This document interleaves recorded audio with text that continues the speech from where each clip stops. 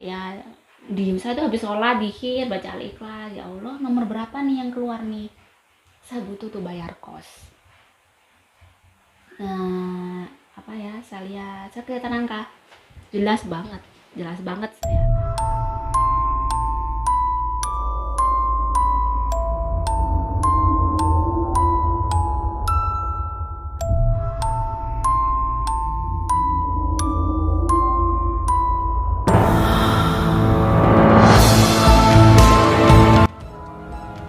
Assalamualaikum warahmatullahi wabarakatuh. Om Swastiastu, Namo Buddhaya, Sugeng Rahayu dan salam sejahtera untuk para sahabat dapur Jowo. Kali ini ya saya sudah 2 hari tidak bikin video, rasanya kayak udah lama gitu ya. Saya lagi istirahat memang daripada sakit, karena lumayan kayak kelelahan bikin video sih. Kali ini saya ingin membagikan cerita saya ya.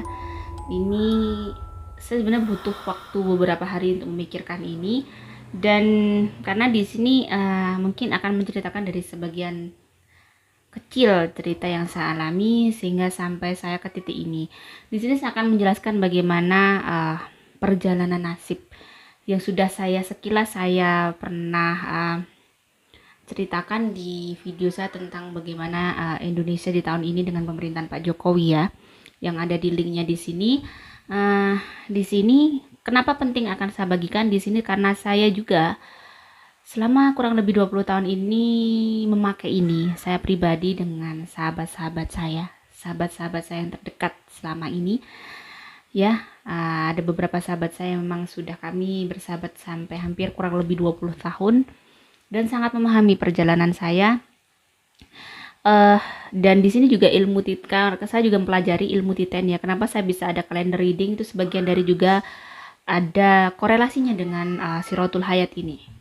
Nah, perjalanan nasib atau Siratul Hayat ya, atau perjalanan hidup seseorang itu seperti roda kehidupan, seperti pada gambar di samping, seperti roda kehidupan ya.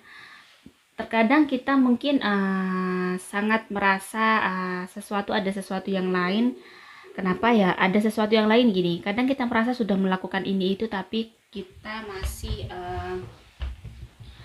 mengalami banyak kegagalan gitu ya. Jadi saya ingin menceritakan di sini bagaimana sih perjalanan hidup, apa sih perjalanan hidup, apa sih Siratul Hayat, dan penting nggak sih kita memahami itu?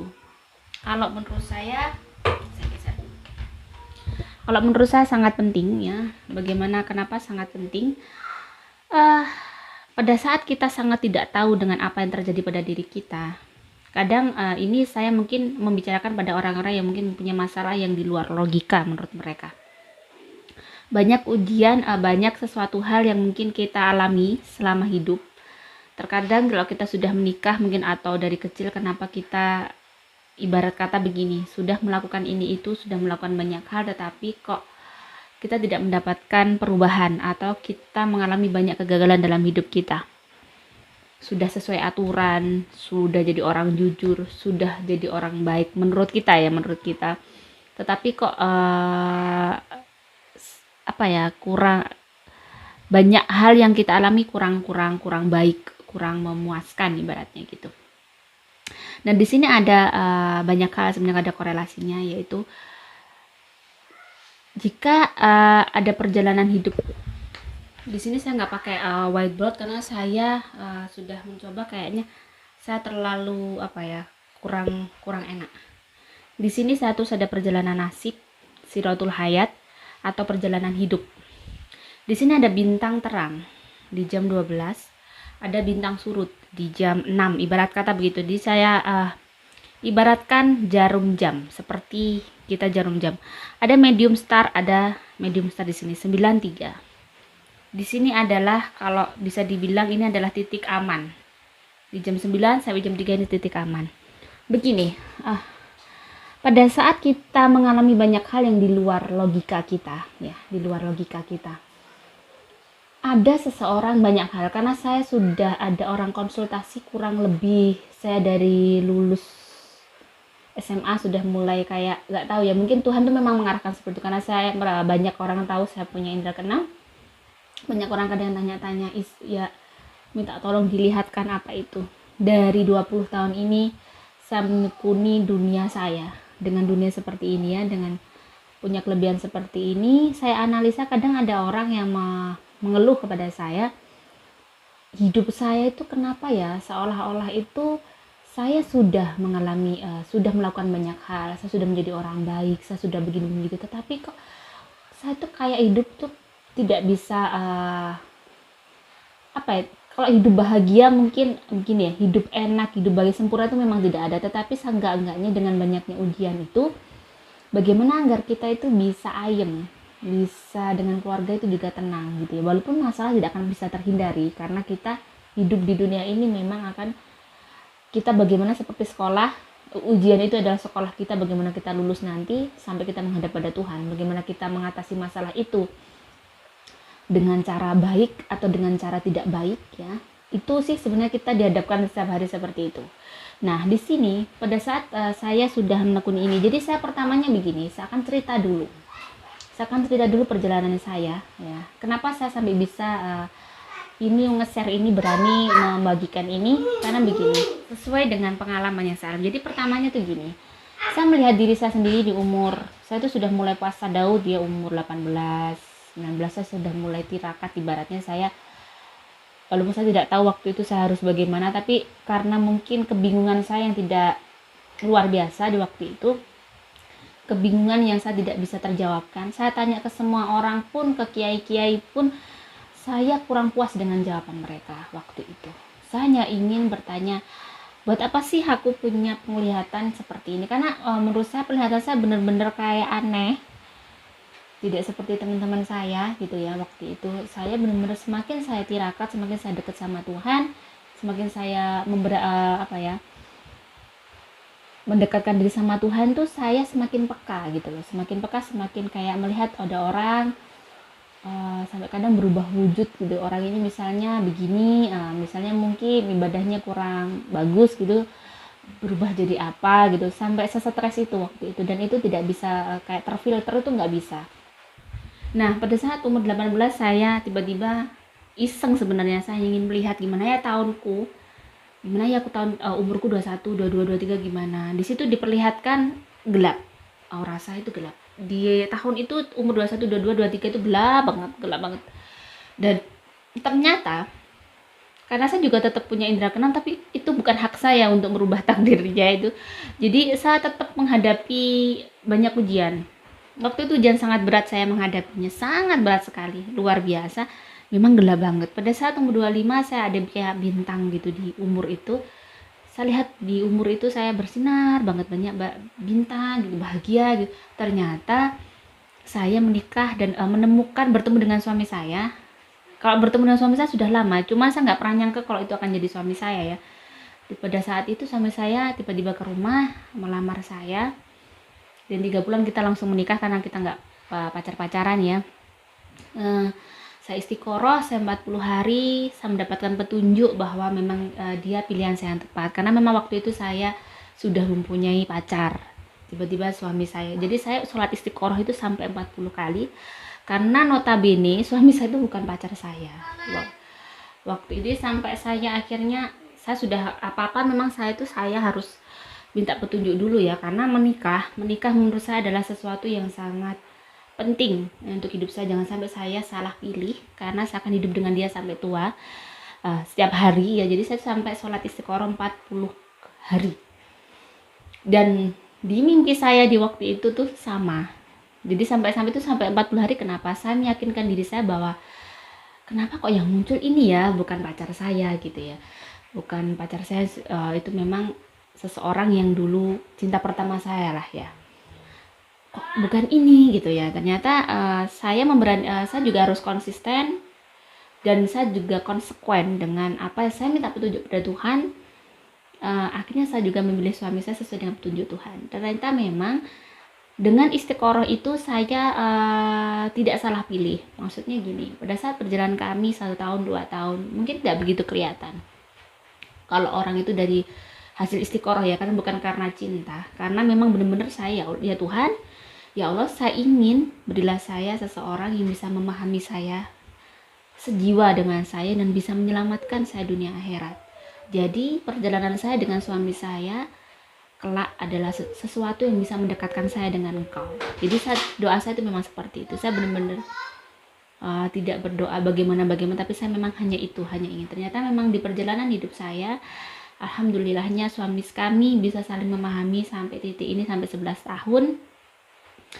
Alhamdulillah kami bisa saling memahami satu sama lain, walaupun tidak memungkir pasti ada cekcok, cuman alhamdulillahnya cekcoknya bukan yang sampai membuat stres orang sekitar ya. Bener, paling kita itu hanya tengkarnya masalah sepele, sesuatu yang mungkin suami saya kadang kurang disiplin, kurang bersihan gitu aja ya. Jadi saya tuh orangnya yang harus kadang terlalu perfeksionis juga sih, nggak baik ya. Nah itu contohnya. Terus lagi saya tuh sebenarnya, saya dari kecil saya itu ada pembimbing gaib ya. Ini saya ceritakan mungkin biar ini untuk iktibar, siapa tahu sahabat-sahabat berjawa bisa mendengarkan cerita saya ini, bisa ada sedikit pengetahuan ya. Jadi saya dari kecil itu sudah selalu kayak didampingi kakek saya. Pada saat saya mempunyai kesalahan, misalnya waktu itu saya ingat masih SD kelas 3 apa gitu ya, saya puasa mau sahur, saya tuh marah-marah sama ibu saya. Waktu itu sahur kok cuman sama tempe aja gitu. Bu, kok ambil tempe tok sih Bu, kok nggak ada lauknya gitu waktu itu. Tiba-tiba itu saya kelihatan kakek saya di pojokan gitu, melotot pakai baju, pakai sorban gitu ya. Langsung saya diem, saya takut. Oh berarti aku dosa ya sama gini sama ibu saya, nggak boleh. Jadi saya tuh dari kecil tiba-tiba kakek saya tuh nggak pernah ngomong, cuman kayak pada saat saya punya kesalahan kayak langsung dia memperlihatkan sosoknya dan marah gitu. Kalau saya baik-baik aja nggak pernah gitu. Jadi memang saya kayak didampingi kakek saya dari kecil, dan sampai akhirnya umur 17. Ini perjalanan saya di awal itu sebenarnya yang kelihatan tuh umur 17. Saya itu waktu kelas 3 SMA ya, saya itu waktu itu kebetulan butuh uang untuk mau wisuda kan ya, bayar ini. Terus kondisi bapak saya habis pensiun kayaknya, saya seingat saya. Jadi kondisi keuangan di keluarga kami yang nggak menurun. Nah, di situ mungkin sebenarnya ujian juga agak menurun. Akhirnya pada saat saya kan kos di Malang, saya sekolah di SMK Putra Indonesia itu teknik kimia industri ya, jurusan teknik kimia industri. Saya kos di Malang, saya pulang ke Kasembon, rumah saya di Kasembon ya. Terus Pak, bentar. Jadi gini, Bapak gak punya uang nih gitu kan, waktu itu gak punya uang, ini harus bayar kos-kosan, terus aku juga uang jatah juga habis gini. Bapak gak punya uang waktu itu. Tiba-tiba adalah seseorang lah kenalan bapak, tiba-tiba datang gitu ke rumah. Dia mungkin seingat saya dulu pelayan togel lah ya, pelayan togel. Tiba-tiba di situ saya diem aja sih, nggak ngeh. Jadi saya tuh waktu itu walaupun kelas 3 SMA saya tuh nggak ngeh togel itu apakah itu larangan apa gimana. Saya anggap kayak biasa aja gitu ya. Jadi saya nggak, karena memang saking kurangnya pemahaman saya tentang itu. Tiba-tiba saya malam itu mimpi gitu, terus kamu nggak mimpi apa-apa gitu. Terus besok paginya nggak, mimpi ini nih ya sama si temennya bapak saya itu kalau bilang dibelilah nomor itu, pokoknya mimpi ada nomornya kan, kita mimpi itu kan kalau di tombol gelap. Nah saya tiba-tiba tuh kayak mencoba-coba waktu itu, saya dengan dihir al-ikhlas, saking kurangnya paham saya itu awal perjalanan saya. Ini saya ceritakan untuk siapa tahu ini menjadi iktibar, sesuatu yang bisa direnungkan, dan mungkin ini bermanfaat banget kalau menurut saya. Saya baca al-ikhlas, saya diem, saya tuh habis sholat dihir baca al-ikhlas, ya Allah nomor berapa nih yang keluar nih, saya butuh tuh bayar kos. Saya lihat, saya kelihatan angka, jelas banget saya angka 1 kali. Besoknya itu Saya dengan uang 2.000 saya dapat 140.000, pas banget untuk bayar kos-kosan. Waktu itu saya kurang lebih 70.000 apa ya, saya lupa, di tahun 2000-an ya, waktu 2001 2002. Iya 2001-an kayaknya. 2001 saya kelas 3. Itu segitu kos-kosan saya dapat. Akhirnya lah, karena di desa ya, pastinya akhirnya gedok tular. Orang cerita nih. Terus tiba-tiba nggak punya uang lagi, besoknya pulang lagi butuh uang kan untuk sekolah lagi. Bapak juga pas bokek banget, karena pegawai negeri zaman dulu seperti itu ya, kondisinya sangat memprihatinkan. Akhirnya saya pikir lagi nih, coba, akhirnya di situ saya diteleponin banyak orang datang ke rumah saya minta nomor ke saya. Di otak saya waktu itu saya menolong dia, saya kasih ini, keluar lah ya, keluar. Terus di suatu malam pada saat, tapi saya rajin sholat malam saking kurangnya pemahaman ya, terus suatu malam pada saat habis saya sholat malam, pada saat saya dikir, saya ingat sekali, tiba-tiba saya dikir tuh kayak ketiduran, kayak setengah mimpi setengah tidak. Didatangilah kakek saya itu, Rizka, saya panggil Riris, panggilan saya di rumah itu kan Riris, karena nama saya Rizka Nawangwulan. Riris, lihat, saya di situ di setengah mimpi setengah enggak ya. Sebenarnya saya kayak sadar sih waktu itu, saya nggak tidur. Di tembok kamar saya itu kelihatan orang sholat berjamaah. Nah, di situ ada saya. Nah, saya ada di belakang tuh malah nggak ngadep kiblat tuh.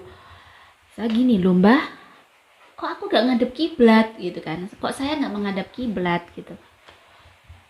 Loh, kowe iki piye toh? Ya gitu. Kamu tuh gimana? Kamu tuh melakukan apa selama ini? Aku melakukan apa toh, Mbah? Gitu. Kok sampai aku tuh nggak menghadap kiblat sholat gitu ya? Saking polos dan lugunya ya saya. Kowe ngerti salahmu apa? Kata Mbah. Kamu ngerti apa salah kamu? Kamu ngasih nomor ke orang-orang. Memang dosa, Mbah, kan aku gak tahu, Mbak. Memang saya hanya beberapa kali, karena butuh gitu, hanya beberapa kali, 4 kali ya saya beli nomor itu, karena memang kepepet itu, saya nggak punya uang buat pulang ke Malang, saya harus sekolah gitu ya, nggak punya uang, kepepet, jadi nggak pernah yang dapat sampai jutaan, nggak pernah, ya dapat itu gitu loh. Kalau mungkin ternyata kamu itu piye sih, awakmu ki piye, kamu tuh gimana kok nggak paham. Kamu kalau ngasih orang nomor sama dengan kamu mengiyakan mereka melakukan sesuatu yang tidak benar. Togel itu nggak boleh, itu seperti perjudian gitu loh. Gak boleh toh, Mbak, kan aku mau nolong, saya gitu, jawab saya tuh gitu. Saya kan hanya menolong, kok bisa dosa? Kamu kan memberikan jalan untuk mereka berbuat dosa,